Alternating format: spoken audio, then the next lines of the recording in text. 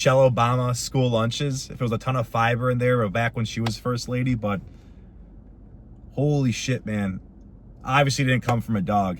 Side note though, do you remember those stuffed crust kind of cheese logs they had? Those were awesome, and I think that's what caused most of this. Now, again, size comparison, you can't compare it, man. It was like a apple to a bowling ball, man. It was like if you look in the sky, it's like a moon kind of orbiting the earth. That's kind of what the size comparison was. Ridiculous, but I digress. I didn't think about this for a long time. And years later, I brought it up to my dad. I was like, hey, Dad, you know, there's something I got to tell you. And maybe he's thinking I'm going to say something like, you're a fantastic father. I'm really grateful for this, which he was, of course. But no, I told him, I was like, hey, when I was like 8 to 10, I shit on the deck because I wanted for you and Mom and the rest of the family to think there was something wrong with the dog.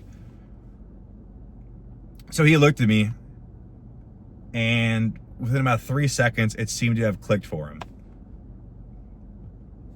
He said that he did very vaguely remember seeing something out there and going to my mom, who obviously was his wife, and saying, do you think our son would have pooped on the deck?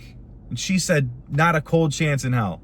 No way, not my son. You know how moms are. They're always like, not my son, never. But sometimes it actually is their son. No fault to her own. I was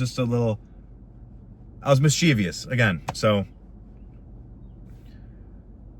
yeah, parents didn't think anything was wrong with the dog. They didn't even know what the hell could have happened. It had to have been a fluke.